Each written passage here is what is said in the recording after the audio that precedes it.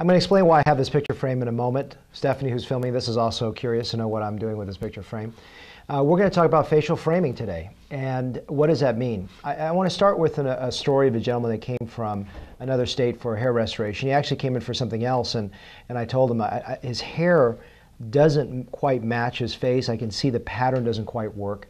And what I wanted to do for him actually was to make his face look better by doing a great frame to his face, which would be a hairline. A lot of times when we look at hair loss, we're so focused on the idea that the hair loss is what we need to replace, and just for the sake of putting hair up there. But the hair has to serve a purpose, and really, if it's just like a great nose, it's something you don't even notice. So the way I look at a great hair transplantation is to reframe the face. And if you think about it, I call something an elevator eyes, which means that when you don't have hair up here, your eye looks at the other person's eyes, then goes up toward the top of the head and goes all the way back. When there is a physical border of a frame of a good hairline, your eye goes back down to the eyes, or it never even goes up. It stays at the eyes. Remember that when we have a conversation, we want to be focused on each other's eyes. And so the loss of the upper frame is something that, in my opinion, is not good. So when we have a frame, our eye stays within the borders instead of darting across everywhere else, so that provides an upper frame. How about a lower frame? I had a gentleman come in just yesterday for a consultation for a chin implant. And actually, he's a great candidate because what I looked at him is when you have nothing here, your eyes just drop off to the lower chin.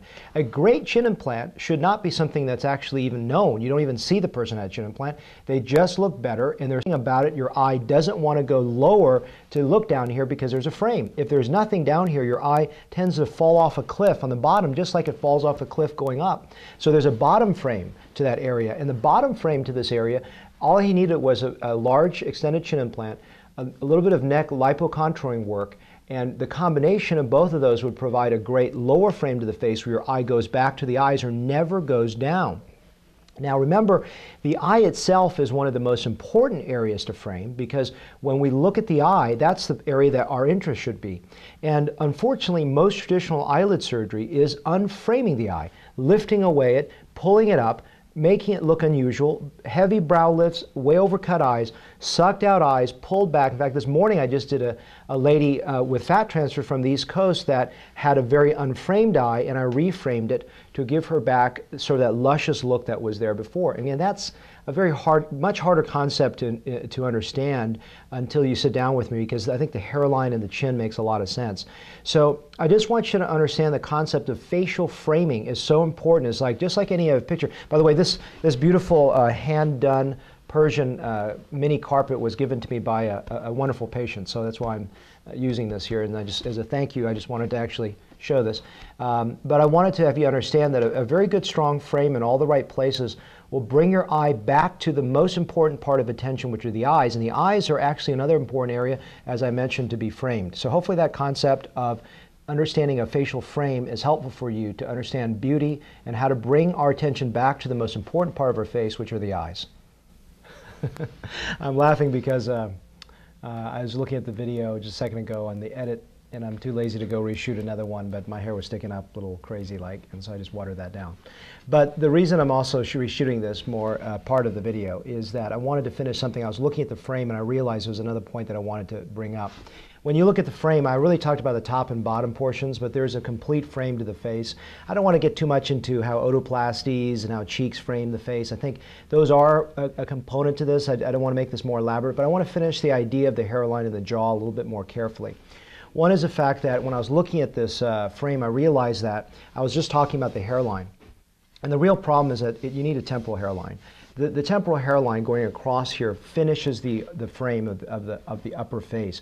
The biggest problem that I see oftentimes in a bad hair transplantation that looks unnatural and also doesn't properly frame the face is only working with the anterior hairline. If you don't rebuild the temples, you simply do not get potentially a natural result in some circumstances. If the hairline's low enough, the temples are far enough back, but not all the time.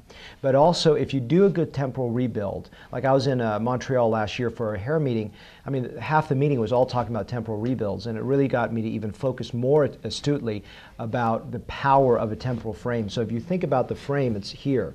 The lower frame of the face is principally really in the central area with the jaw, but also sometimes I reframe the outer portion of the face low down here on both sides using a little bit of fat transfer into the outer mandible, outer jawbone. That's particularly evident when someone's had a traditional facelift. My facelifts I don't pull back, so you don't lose this contour out here, but mine are pulled vertically upwards. But the traditional facelift where you take a little volume out here and you tighten this back here, in a person that's very gaunt will actually almost lose the shape of this outer frame. So I like to think in those individuals, this outer half the frame becomes very important to finish that frame. So there's a good 360 frame. So just a subtle, small addendum to what I was saying before, and hopefully that was helpful.